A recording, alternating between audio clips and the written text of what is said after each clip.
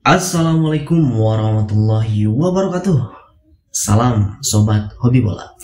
Tim nasional Indonesia akhirnya telah menyelesaikan 10 laga di kualifikasi Piala Dunia 2026 zona Asia round 3 grup C, di mana dari 10 laga tersebut tim nasional Indonesia berhasil mengoleksi 12 poin berkat 3 kali kemenangan, 3 kali hasil imbang, dan 4 kali kekalahan. Dan dari hasil tersebut, di klasemen akhir, timnas Indonesia berada di peringkat keempat dan membuat timnas Indonesia lolos ke round keempat dan masih berpeluang untuk bisa lolos ke Piala Dunia. Dan setelah ini tentunya kita akan menunggu di bulan Juli nanti, tepatnya pada tanggal 17, kita akan menyaksikan drawing penentuan grup untuk round keempat.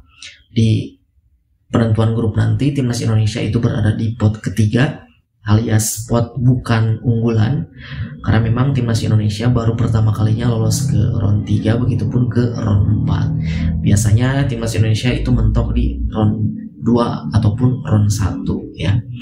Maka dari itu kita ucapkan apresiasi kepada seluruh pemain yang telah berjuang dan kepada pelatih, baik di pelatih sebelumnya maupun pelatih yang sekarang.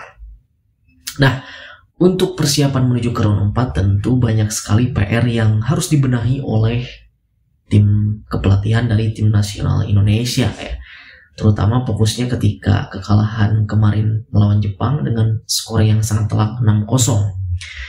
Di mana di kekalahan tersebut ada beberapa masalah yang harus segera diperbaiki.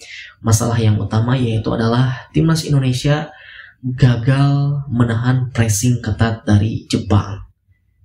Jepang sejak menit pertama benar-benar melakukan pressing yang tinggi sehingga itu membuat kesulitan para pemain timnas Indonesia untuk keluar dari tekanan. Ketika para pemain timnas Indonesia akan melakukan serangan, melakukan build up, langsung di pressing ketat oleh para pemain Jepang sehingga aliran-aliran bola pun itu terbuang percuma. Nah, tentu masalah ini harus segera diperbaiki agar para pemain ketika di pressing itu tidak panik ya. Apalagi dengan melawan tim-tim sekelas Jepang yang benar-benar melakukan pressing yang sangat tinggi. Lalu yang kedua itu adalah ketahanan fisik para pemain yang lemah.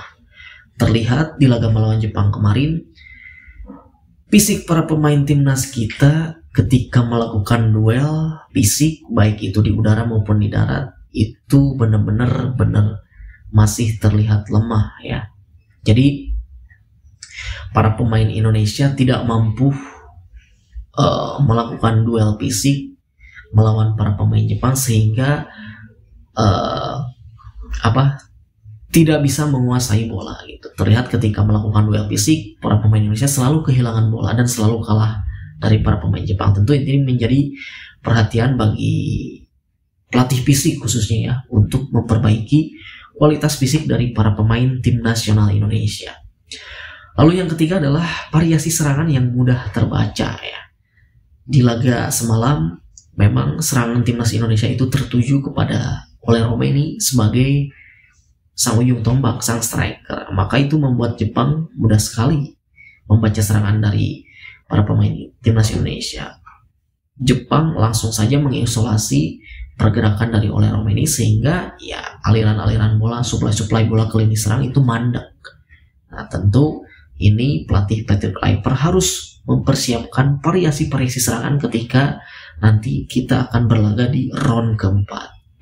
Dan yang terakhir yang tentu ini adalah yang paling penting adalah konsistensi fokus yang masih bolong-bolong.